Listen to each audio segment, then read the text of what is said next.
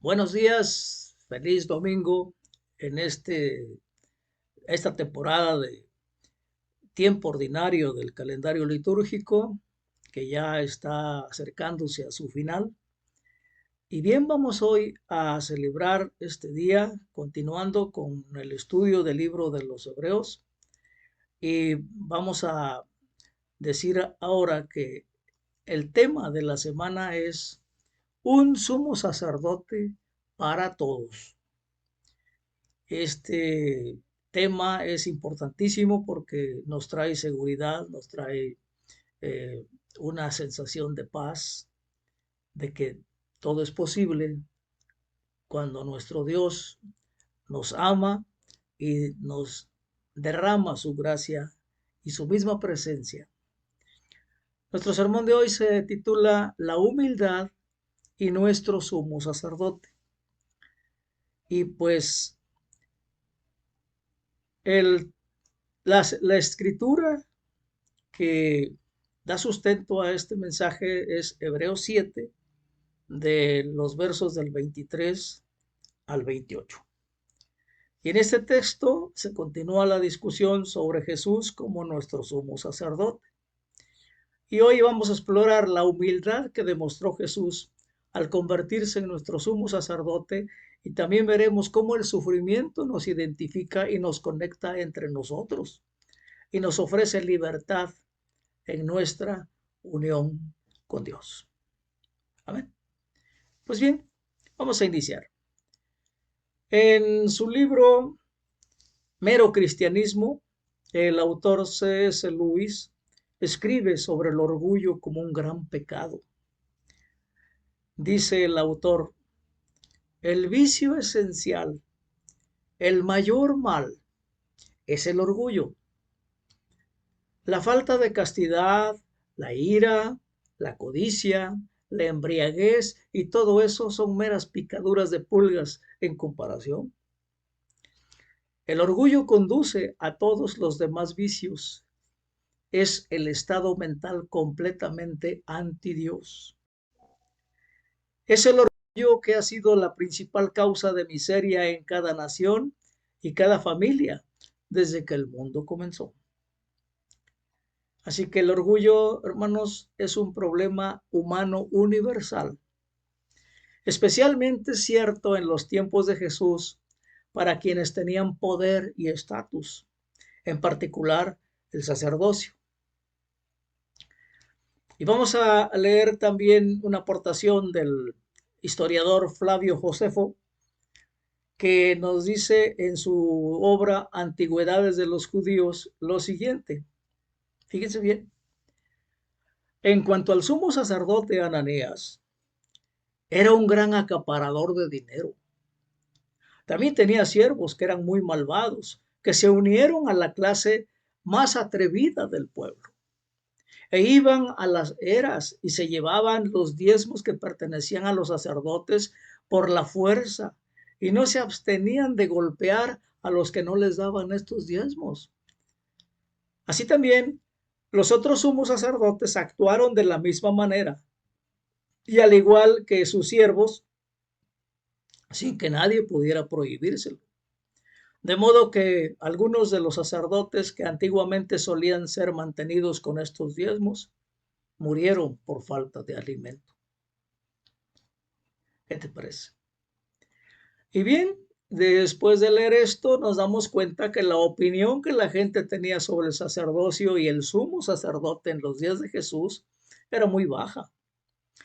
Es difícil tener confianza en un sistema religioso cuando los líderes ponen sus propios intereses en primer plano en lugar de los de Dios o de la gente a la que sirven. Y los cristianos judíos, la audiencia del libro de Hebreos, necesitaban estar convencidos de que había un sumo sacerdote que estaría ahí para ellos. Y su experiencia con el sacerdocio judío los había vuelto cínicos. Entonces, ¿por qué Jesús sería diferente? Bueno, pues eso es lo que vamos a tratar de entender en esta escritura.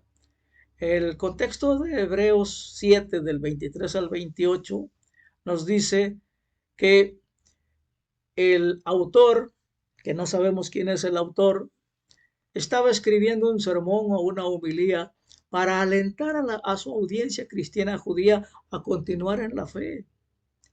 Y estos creyentes estaban experimentando sufrimiento, sintiéndose separados de sus conexiones, de sus raíces y prácticas culturales judías anteriores. Y necesitaban saber por qué este sumo sacerdote era diferente a todo lo que habían conocido antes. Y para persuadirlos, el autor de Hebreos necesitaba contrastar las deficiencias del sacerdocio levítico con Jesús como sumo sacerdote. Así que la escritura que vamos a sustentar enfatiza la permanencia del sacerdocio de Jesús en contraste con la mortalidad humana de los sacerdotes del templo. También se centra en el carácter de Jesús como alguien que fue hecho perfecto a través del sufrimiento, como dice Hebreos 7:28. Ahora, la frase hecho perfecto podría traducirse mejor como un sentido de misión terminada o completada, y en vez de perfección moral. Jesús, como Hijo de Dios, demostró su moralidad perfecta en su respuesta a las tentaciones de Satanás y en todos sus esfuerzos para preparar a un pueblo para la salvación. Es que Jesús comprendió plenamente nuestra condición humana, incluido el sufrimiento. Ahora, ¿cómo se relacionan estas cualidades con la humildad? Vamos a ver.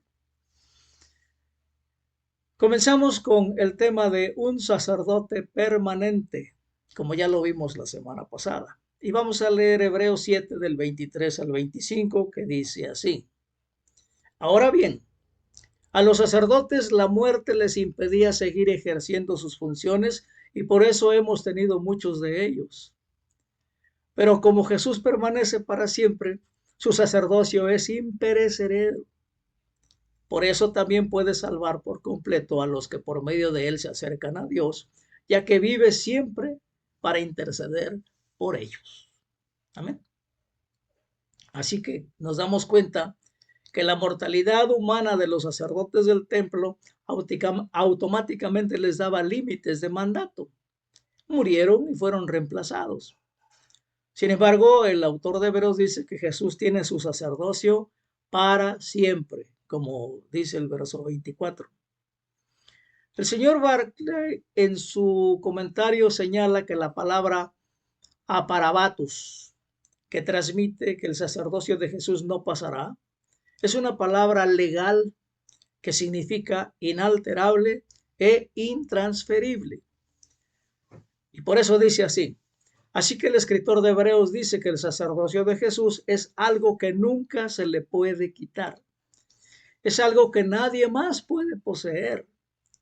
Es algo que es tan duradero como las leyes que mantienen unido al universo. ¿Qué te parece?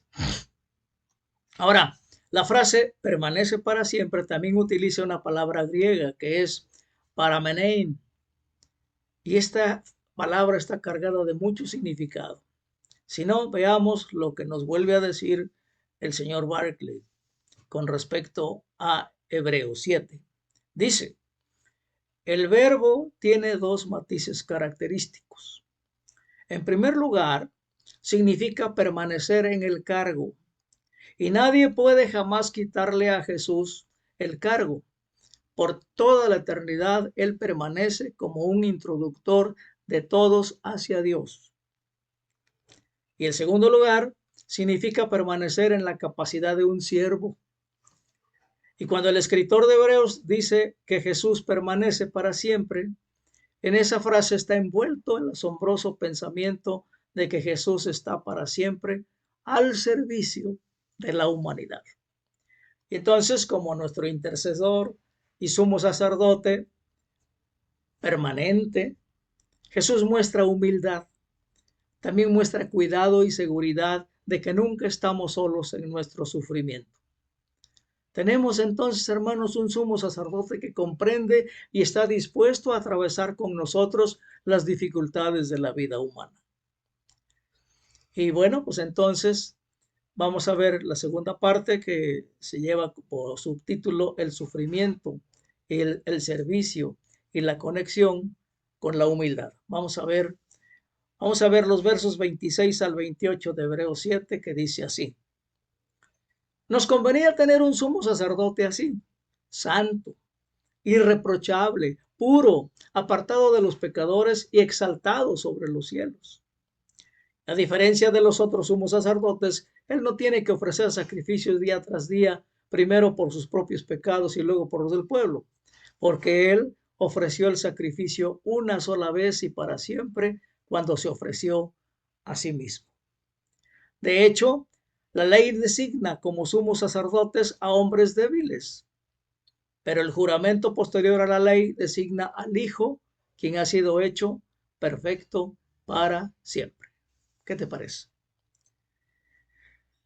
Como vemos, la comprensión perfeccionada que Jesús tiene del sufrimiento y del sacrificio lo conecta con la humanidad, con toda la humanidad, reafirmando su sumo sacerdocio. Y como dice en Filipenses 2, Jesús renunció voluntariamente a sus derechos como hijo de Dios. Si no, leamos lo siguiente. Quien, siendo por naturaleza Dios, no consideró el ser igual a Dios como algo a que aferrarse, porque por el contrario, se rebajó voluntariamente tomando la naturaleza de siervo y haciéndose semejante a los seres humanos.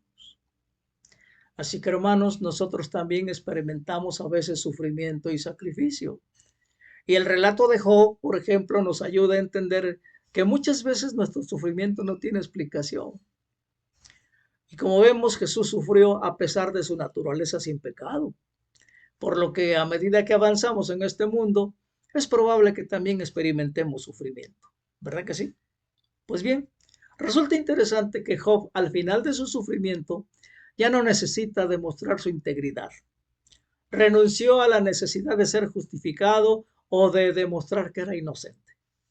No, Job reconoce la inutilidad de necesitar saber por qué sucedió la desgracia y en cambio descansa en saber que Dios lo ve, siempre lo ha visto, y entonces Job descansa en la libertad de su unión con Dios. Y esto nos compete a nosotros también. Por eso al final del libro, en el capítulo 42, verso 5, dice, de oídas había oído hablar de ti, pero ahora te veo con mis propios ojos. Hermanos, el desarrollo de la humildad lleva toda una vida. Veamos el autor y teólogo Richard Rohr, que escribe sobre el camino del descenso y la experiencia de Job de esta manera. Veamos. Permitir que Dios sea nuestro Señor no es algo que podamos hacer tan fácilmente como creer esto, hacer aquello, asistir a esto o evitar aquello. No, es siempre un proceso, un movimiento hacia la unión que siempre se sentirá como una pérdida de la propia importancia y de la autonomía. Todo este viaje de Job puede verse mejor como el doloroso camino del alma, la poda de la rama de su pretensión de autonomía y toda la carga que conlleva, autovalidación y autocrítica. La libertad es cuando sabes que ninguna de las dos importa. Como vemos entonces, hermanos, de la historia de Job, podemos aprender que la humildad aparece junto con la libertad que experimentamos cuando reconocemos nuestra unión con Dios. Y Jesús disfruta de la libertad de la unión con Dios y nos extiende esa misma libertad. Sin embargo, tiene un costo. ¿Sabes cuál es? Nuestro orgullo, nuestra necesidad de tener razón, nuestro deseo de ser especiales y recibir un trato especial y nuestro comportamiento autocrítico y egocéntrico. Y Jesús demostró la humildad y el servicio de un digno sumo sacerdote. Y podemos remontarnos a la última cena para ver pruebas de ello, como el lavado de pies que Jesús realizó a todos sus discípulos. Según la autora Barbara Brown Taylor, esta acción no solo transmitió su gran amor y humildad, sino que los conectó. Si no, veamos. Dice esta autora, Jesús quería que sus seguidores gobernaran el mundo. ¿Por qué les enseñó a lavar los pies? Por difícil que sea aceptarlo, creo que su muerte en la cruz revela al Dios que sufre por amor en lugar de castigar a los que no lo aman. El Dios que da su vida por sus amigos. Amén. Bueno, y a pesar de nuestros sumos, al pensar en nuestro sumo sacerdote para todos, podemos reflexionar sobre las cualidades de amor, humildad y servicio de Jesús a pesar del sufrimiento. Y hermanos, abracemos la libertad de la unión con Dios que tenemos en nuestro sumo sacerdote Jesús. ¿Qué te parece este conocimiento? Demasiado valioso, ¿verdad? Y bueno, pues entonces este conocimiento tiene que tener una respuesta, tiene que tener un llamado a la acción. No nos vamos a quedar con el conocimiento. Tenemos que hacer algo. Y para ello te dejo una tarea. Óyelo bien. Esta semana contempla ejemplos cotidianos de gran amor acompañado de gran humildad y servicio. Observa al padre joven que cuida atentamente las necesidades de su hijo pequeño, o tal vez a alguien que permite que otro pase delante de él en la fila. O vemos a la persona que ayuda a otra a pasar la calle y nos podemos hacer esta pregunta. ¿Cómo puedes convertirte en las manos y los pies de nuestro sumo sacerdote en la tierra hoy? ¿Qué te parece? Amén. Demos gracias. Bendito Padre, te damos gracias por este mensaje tan importante, este mensaje tan profundo, este mensaje tan valioso que nos trae la escritura que acabamos de leer, y Jesús, como nuestro sumo sacerdote, debemos reconocerlo como tal. Es humilde y se pone a nuestro servicio. No nada más presenta sacrificios como sumo sacerdote, no, sino que también nos ayuda, nos da su humildad y nos enseña a ser como Él quiere que seamos con los demás. Seamos humildes y ayudemos a todos y a darles lo que ellos también necesitan. Padre, te damos gracias por ello y nos ponemos en tus manos para que hagas tu voluntad con nuestras vidas. En el nombre de Jesús. Amén.